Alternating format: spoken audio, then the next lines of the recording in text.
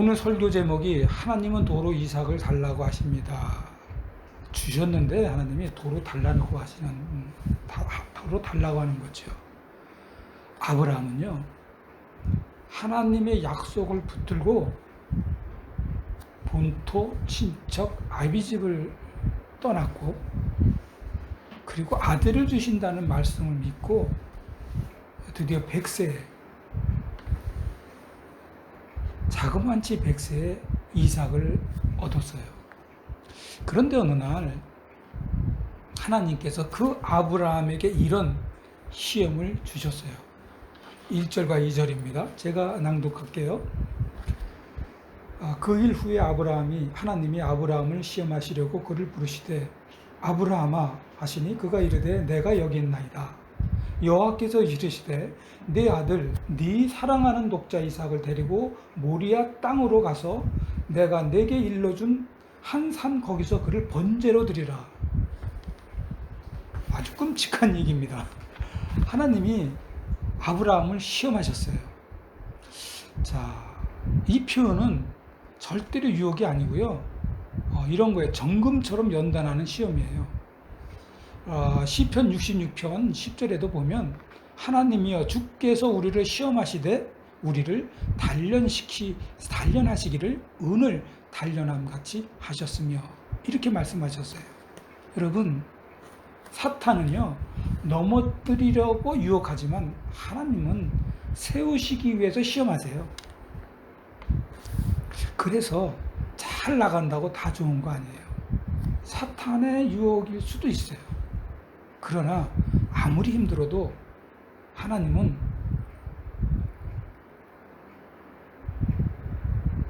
우리를 세우시기 위해서 시험을 하세요. 그러니까 여러분 중에 올바른 일을 하고 있는데 힘든 일이 자꾸 일어나면 오히려 감사로 받아들이세요. 지금 여러분 중에 힘든 상황이 있다면 힘들지 않는 사람 없죠.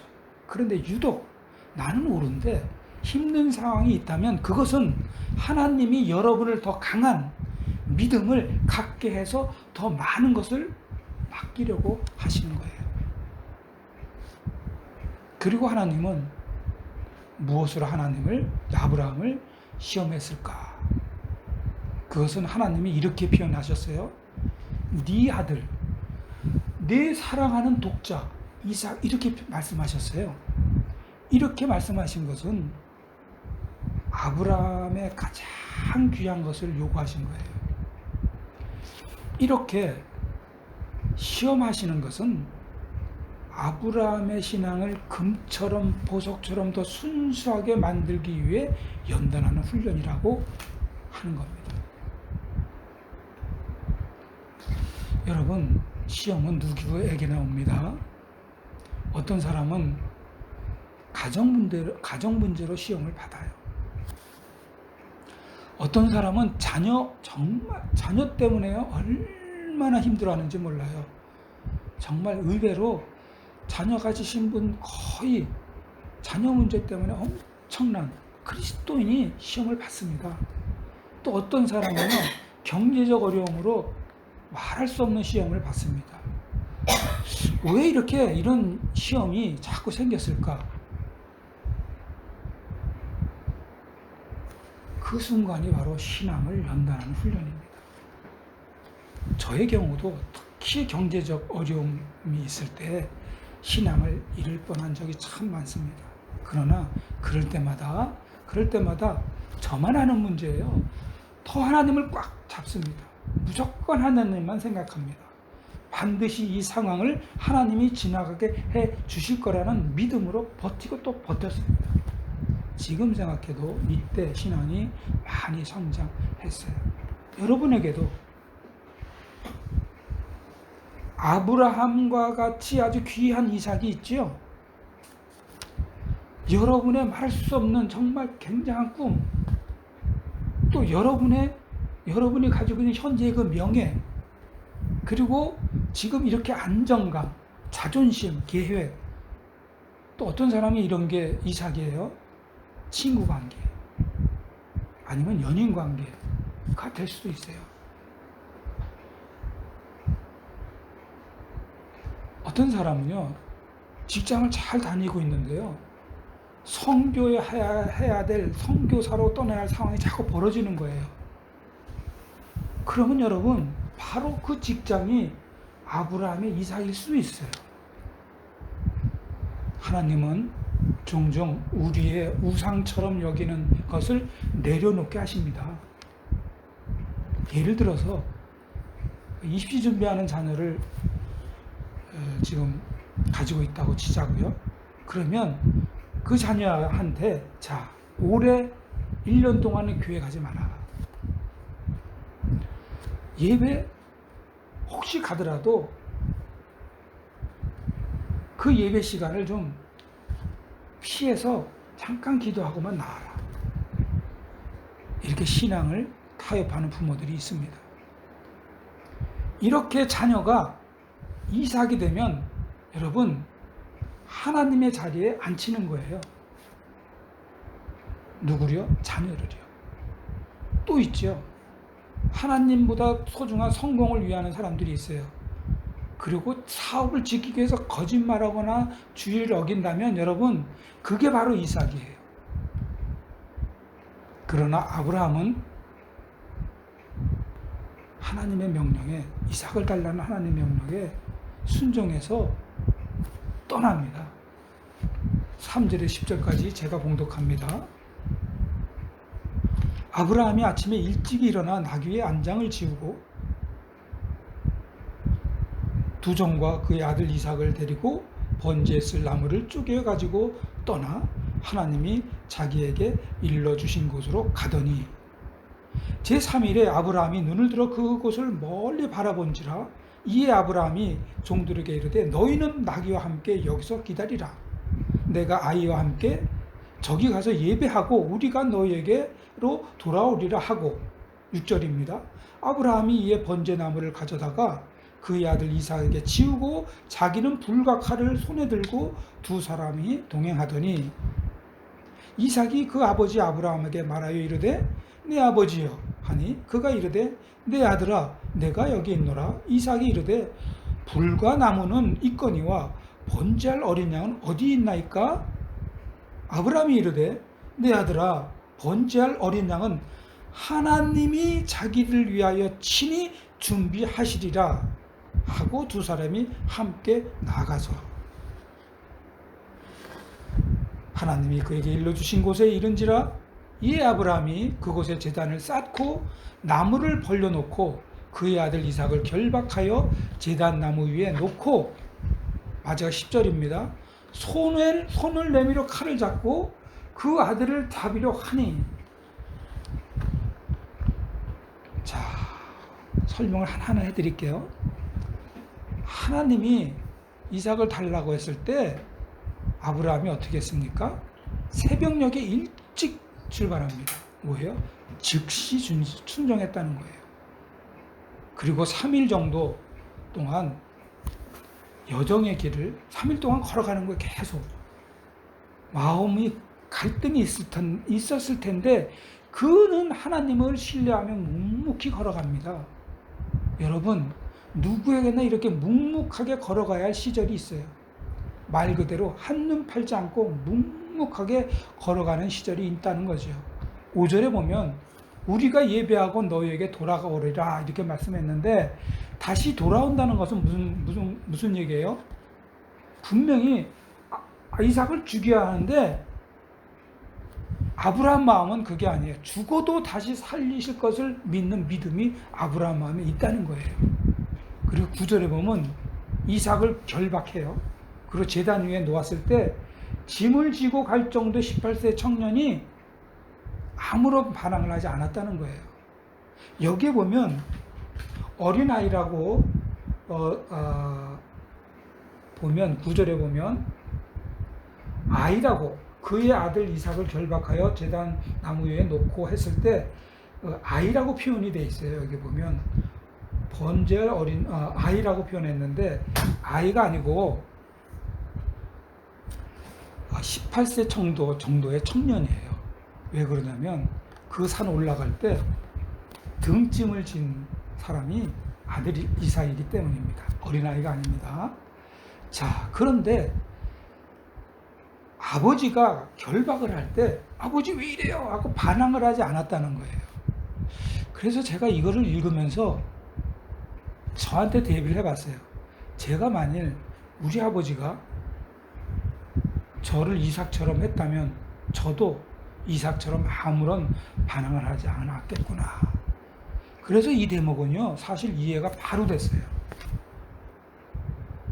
그런데 여러분, 어떤 분은요, 우리 아버지가 나를 결백해? 그러면 우리 아버지를 때려서라도 나 도망갈 거야. 이런 경우도 있을 것도 있다고요.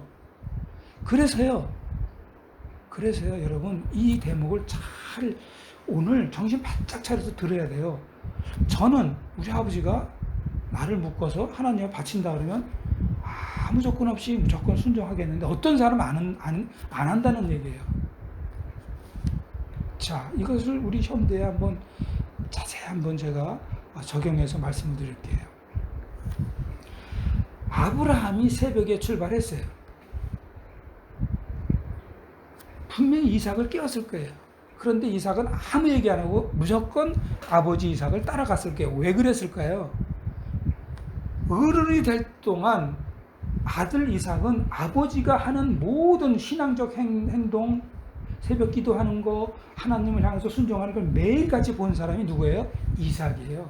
그래서 아브라함이 이삭을 깨우고, 자, 우리 하나님한테 예배 드리러 가자 했을 때 그냥 즉각 두 부자가 일어나서 간 겁니다. 그게 뭡니까? 부자는 둘 다 신뢰를, 하나님에 대한 신뢰가 깊었다는 거예요.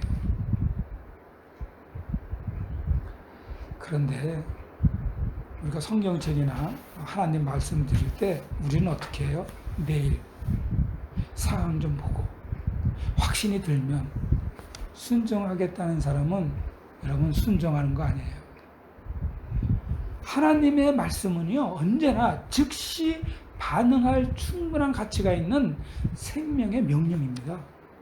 그러므로 여러분, 하나님의 말씀을 듣고 있는 여러분도 하나님을 완전하게 신뢰하시길 바랍니다. 여러분, 직장에서도요, 문제가 생길 때 하나님의 말씀에 순종할 수 있어야 해요. 예를 들어서 부정한 명령을 내리면 어떻게 해야 돼요? 하나님 말씀대로 정직을 택해야 합니다. 여러분, 불이익이 온다고 하더라도 정직을 택하는 것이 뭐예요? 바로 믿음입니다. 박정희 대통령 시해 사건 때죠. 상급자 명령을 받고 주위에 있는 경호원들 다 총으로 쏴서 죽였어요. 만약에요, 그 명령이 불법이고 부정한 명령이라고 판단되면 그 명령에 순종하지 말았어야 합니다. 당시에 욕을 먹더라도, 아니 감옥에 가는 한이 있더라도 이 명령에 순종하지 않는 것이 하나님 말씀에 순종하는 거예요. 공무원이 되면 더욱이나 부정한 명령을 들으면 안 됩니다. 이것은 하나님의 말씀에 순종하는 사람의 믿음이에요. 좀 현실적인 이야기를 할게요. 제가 변호사 사무장이었기 때문에 말씀을 드리는데요. 부정한 명령을 받지 않아서 불이익이 왔다, 아니면 불이익을 받았다, 행정소송하는 것이 오히려 믿음의 사람의 행동입니다. 용서도 마찬가지예요. 자, 주님은 용서를 뭐라 그래요? 용서를 권유한 것이 아니라 용서를 명령하셨어요. 예수님이 뭐라 그래요? 용서해라예요. 용서해라. 무조건 용서해라예요. 이렇게 주님은 용서하라고 말씀하시지만 우리는 어떡합니까? 감정이 해결될 때까지 기다리라고 합니다. 여러분, 용서는 즉시 순종해야 할 영역입니다. 내가 감정이 이만큼 올라가도요, 무조건 용서하라는 거예요. 그날을 지나기 전에 용서하라고 그러셨잖아요. 만약에 그 다음날까지 용서가 안 된다면 하나님의 명령을 어긴 거고 예수님의 말씀을 어긴 거예요. 11조 재정도요, 순종입니다. 가정경제가 넉넉하지 않지만 하나님께 드리라는 감동이 있을 때 즉시 드릴 수 있습니까? 즉시 드려야 해요. 먼저 드리고 생활하면 하나님께서는 하나님을 먼저 생각한 그 사람을 채워주세요. 제가 이 설교를 거의 안 하는데 이제는 할 정도의 믿음이 있다고 생각해서 제가 이 설교를 합니다. 왜냐하면 모든 물질의 주인은 누구세요? 하나님이시기 때문이에요. 그러므로 항상 순서를 지키세요. 하나님이 먼저이길, 하나님의 말씀이 최우선이길 주님의 이름으로 축복합니다. 하나님께서 여러분에게 명령하신 것 중 미루고 있는 순종이 혹시 있으신가요? 아마 있을 겁니다. 저도 마찬가지인데 뭐냐면 화내는 습관이에요.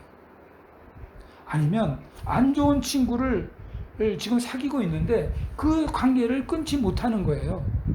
아니면 지금은 아직 순종할 때가 아니고 이럴 때야 하면서 합리적인 생각을 하고 계십니까?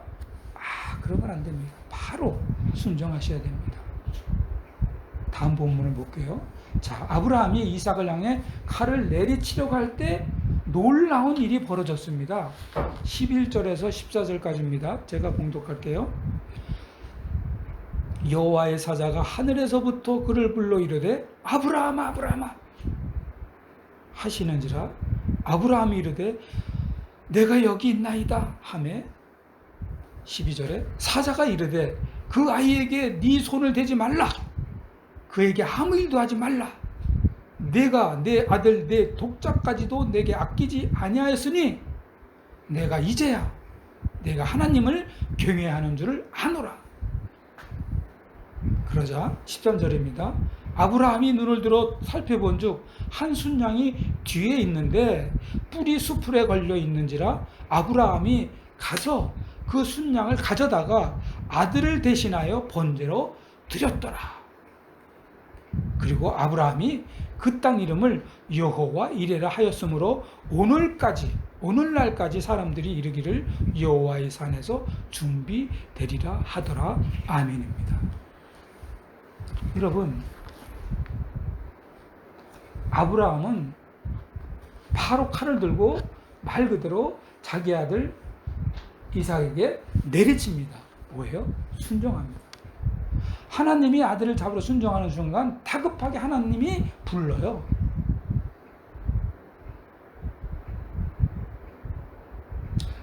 자, 11절에 보면요. 아브라함아 이렇게 다급하게 부르지요. 이렇게 아브라함의 손을 멈추게 한 것은요, 뭐예요? 아브라함의 믿음이 충분히 증명되었다는 것을 알리는 순간이에요. 아브라함아.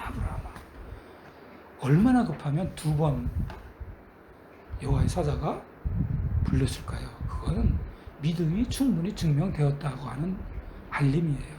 12절에서도 보면요.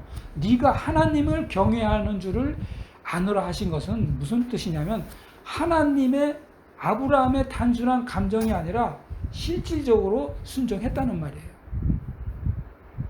그랬을 때 13절에 보면 순양이 수풀에 걸려 있는 게 이렇게 아브라함 눈에 보여요. 아브라함이 순종의 칼을 내쳤을 때 그 순간에 하나님은 이삭을 잘 들으셔야 돼요. 이삭을 대신할 순양을 보여주셨어요. 이것은 하나님이 미리 준비하신 예물이에요. 이게 바로요. 신학적으로 장차 예수 그리스도께서 우리의 죄를 대신해 희생될 어린 양의 예표입니다. 4000년 후에 우리가 그 예수 그리스도의 어린 양 때문에 지금 이렇게 죄의 사함을 받고 예배를 드린 겁니다. 14절입니다. 아브라함이 그 땅을 여호와 이레라고 한 것은 무슨 뜻이냐면 주께서 준비하셨다예요. 그것은 바로 아브라함이 하나님에 대해서 어떤 분이셨다는 것을 고백한 신앙 고백입니다. 하나님은 내가 순종하면 다 준비하시는구나 하는 고백의 신앙 고백입니다. 자, 이 고백이 이후에 이스라엘 자손에게 하나님은 반드시 필요한 것을 채워주시는 분이라는 것을 믿음의 상징이 되어버렸어요. 자, 이제 우리가 이 말씀에 대한 것을 우리가 한번 적용해 볼까요? 하나님이 준비하셨다고 고백할 수 있는 것은 아브라함처럼 순종의 자리에만 경험할 수 있는 거예요. 순종하지 않으면요, 여러분, 아브라함처럼 준비한 그 양을 절대로 볼 수가 없는 거예요. 그러므로 미래를 준비해 달라고 기도와 함께 믿음으로 발을 내디딜 때 하나님의 준비한 것이 보이는 겁니다. 예를 들어 볼게요. 선교를 위해서 출발하시는 선교사님이 다 준비해 가지고 가시는 분 계세요? 그런 분 없어요. 선교사님이요, 그 장소에 도착해서 부딪히면서 생활하면서 전도하면서 그때그때마다 하나님께서 필요를 채워주시는 겁니다. 그런데 우리는 어때요?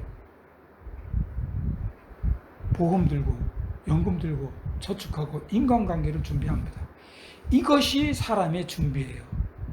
그러나 하나님은 우리의 순종 위에 더 완벽한 완전한 공급을 준비하십니다.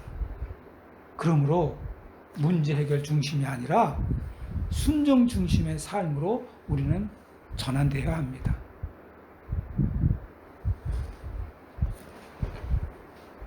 취업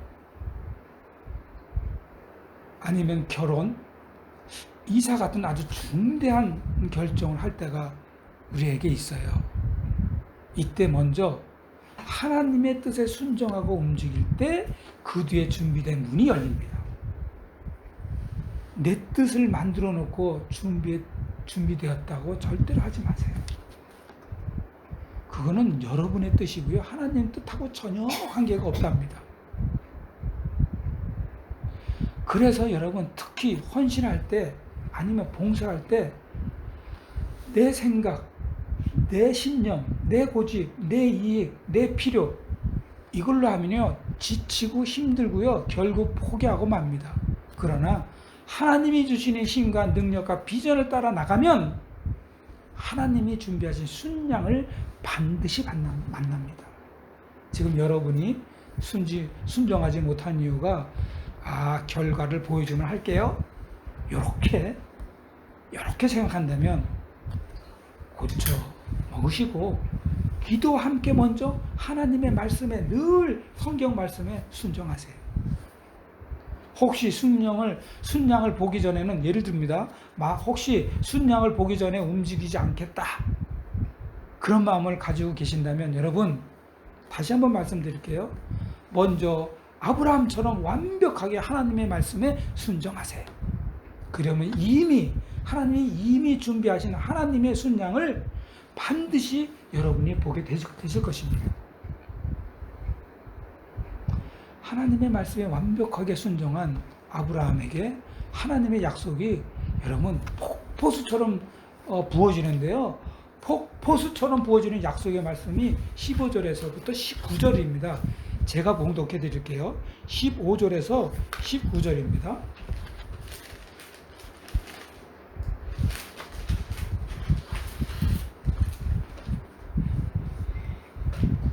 여호와의 사자가 하늘에서부터 두 번째 아브라함을 불러 이르시되 여호와께서 이르시기를 내가 나를 가르쳐 맹세하노니 네가 이같이 행하여 내 아들 내 독자도 아끼지 아니하였은즉 내가 네게 큰 복을 주고 내 씨가 크게 번성하여 하늘의 별과 같고 바닷가의 모래와 같게 하리니 내 씨가 그 대적의 성문을 차지하리라. 또 내 씨로 말미암아 천하 만민이 복을 받으리니 이는 내가 나의 말을 준행하였음이니라 하였다 하니라. 마지막 절입니다. 이에 아브라함이 그의 종들에게로 돌아가서 함께 떠나 브엘사베에 이르러 거기 거주하였더라. 아브라함이 순종한 그 이후에 하나님은 다시 또 한번 엄청난 복을 받은 아브라함에게 또 한 번의 복을, 하나님의 약속을 확증해 주셨어요. 그것은 아브라함의 후손을 통해 만민이 복을 받는 거예요. 그리고 네 자손들이 원수들의 문을 다 차지할 거라고 말씀합니다. 이렇게 아브라함은 순종 이후에 엄청난 큰 영적 권세와 영향력이 임합니다. 자, 여러분, 축복은 이렇게 순종 이후에 옵니다. 행동 없는 믿음은 죽은 거예요. 아브라함처럼 순종으로 믿음을 증명할 때 하나님은 더 큰 사명과 복을 이렇게 맡기세요. 아버지나 어머니가 하나님의 말씀대로 가정을 잘 돌보고 아이들의 이야기를 중간에 말 끊지 않고요, 끝까지 들어주고, 그리고 하나님 앞에서 부모가 잘 순종할 때 그 집안의 자녀들이 복을 이어받습니다. 기도하는 아버지, 정직한 어머니, 신앙의 롤모델이 된 가정에 하나님의 축복이 항상 머뭅니다. 그리고 여러분, 직장에서도 마찬가지예요. 힘들지요, 직장이. 그런데 직장의 부서에서 유일하게 정직한 크리스찬이 있을 수 있어요. 다 불교 믿고 다 아무것도 안 믿는데 유일하게 한 사람이 정직한 크리스찬이 있을 때, 그때 하나님은 유일하게 정직한 그 인물을 통해 그 회사, 그 가게 전체에 영향력을 주십니다. 그리고요, 우리가 하나님의 말씀에 순종해서 불이익을 받았다고 하자고요. 그렇게 하더라도 하나님은 우리의 자녀에게 여러분 복을 주십니다. 이삭의 아브라함 이후에 이삭, 그리고 그 민족에게 복을 주신 것 똑같이 복을 주십니다. 어떻게 해요? 세상을 바꾸는 정의롭고 훌륭한 하나님의 그릇이 되게 해 주시는 자녀들이 될 것입니다. 그러므로 여러분은 지금 하나님의 축복을 받기에 합당한 삶을 살아야 할 것입니다. 또 하나님의 순종이 가정과 그리고 교회와 여러분의 삶의 터전과 직장과 그리고 그 다음 세대의 믿음의 유산을 남길 수가 있는 겁니다. 사랑하는 성도 가족 여러분, 결론적으로 말하면요, 이삭은 아브라함의 소유입니까? 아니에요. 이삭은요, 하나님의 약속의 아들이었고요, 하나님의 것이었어요. 그래서 하나님은 내 아들, 내 사랑하는 독자 이삭을 요구하셨지만 실제로 원하신 건 뭐예요? 아브라함의 마음이었고요, 아브라함의 믿음이었고요. 그래서 아브라함의 헌신을 원하신 거예요. 오늘 하나님은 우리에게도 이삭을 내놓으라고 하십니다. 그것이 물질이든 아니면 자녀든 아니면 정말 내놓기 어려운 명예든 아니면 절대로 이건 안 된다는 미래든 그것이 하나님보다 더 소중하다면 하나님이 그것을 요구하시면서 우리의 믿음을 어떻게 해요? 깨우십니다. 너 지금 자고 있어. 얼른 일어나. 깨우십니다. 여러분은 하나님보다 더 사랑하는 이삭을 붙잡고 있으십니까? 아니면 여러분은 하나님이 도로 달라고 하실 때 기꺼이 내어드릴 준비가 되어 있습니까? 아주 오래전 어느 권사님 이야기인데요, 10년 걸려가지고 딸 하나를 얻었대요. 오랜 세월 동안 이 권사님이 딸만을 위해서 기도하다가 어느 날 목사님 설교를 듣고 눈물을 흘리면서 아무튼 막 눈물을 흘리면서 회개를 했대요. 왜요? 그동안 자기가 하나님보다 딸을 더 사랑했다는 것을 그제서야 깨달았다는 거예요. 그 권사님은 항상 일할 때 하나님을 위해서 분명히 일했는데 기도할 때마다 딸을 위해서만 그렇게 기도를 했대요. 그리고 그것뿐만 아니라 늘 딸만을 위한 생활을 한 거예요. 회개한 이후 그동안 딸의 모든 진로가 정말 불안해가지고 기도만 했는데 그 불안했던 것들이 하나 불안하지 않았답니다. 오히려 딸의 진로가 하나님에게 다 맡기니까 마음은 편하고 하나님의 인도하신 가운데 평안하게 다 열리고 자기도 평강 가운데 지냈다고 합니다. 저도 그래요. 회사를 차렸을 때 자나깨나 회사였어요. 사람들이 저보고 뭐라 그랬냐면 회사에 꿀 발랐냐 그랬어요. 저도 하나님보다 회사를 더 사랑했어요. 저도 철저하게 회개하고 하나님의 인도하시고 지금은 여러분 하나님과 어떻게든지 동행하려고 노력하며 살고 있습니다. 여러분은 하나님보다 더 사랑하는 이삭을 붙잡고 있는 게 있으신가요? 여러분은 하나님이 도로 달라고 하실 때 기꺼이 내어드릴 준비가 되어 있어요?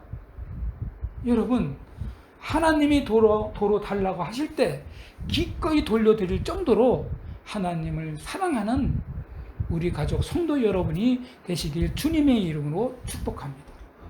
다 같이 기도합니다. 하나님 아버지, 아브라함처럼 믿음의 자리에 서는 저희들 되게 하여 주시옵소서. 주님이 주신 것들을 다시 내어드릴 수 있는 정말 용기와 믿음과 순종을 허락하여 주시옵소서.